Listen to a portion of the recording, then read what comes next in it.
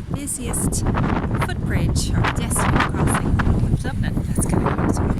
So this bridge was built over 200 years ago, and it was originally going to be a celebration of the Duke of Wellington, who won victory over Napoleon at the Battle of Waterloo. But many Dubliners were avid fans of Napoleon and had seen him as a saviour, and hopefully Ireland would gain its independence and become a republic.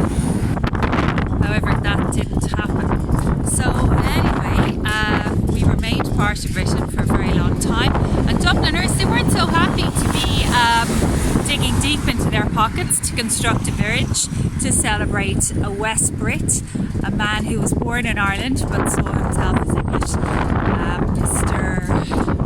Mr. Victor of Waterloo.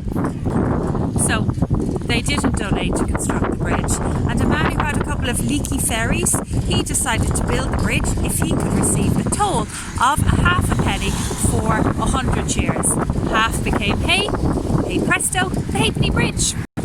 So the reason it is such a popular crossing is that the archway just behind me there, that's called Merchant's Arch, and all of this area is called Temple Bar. Temple Bar is where all of the merchants were located, because this part of the River Liffey, this was where the port of Dublin was.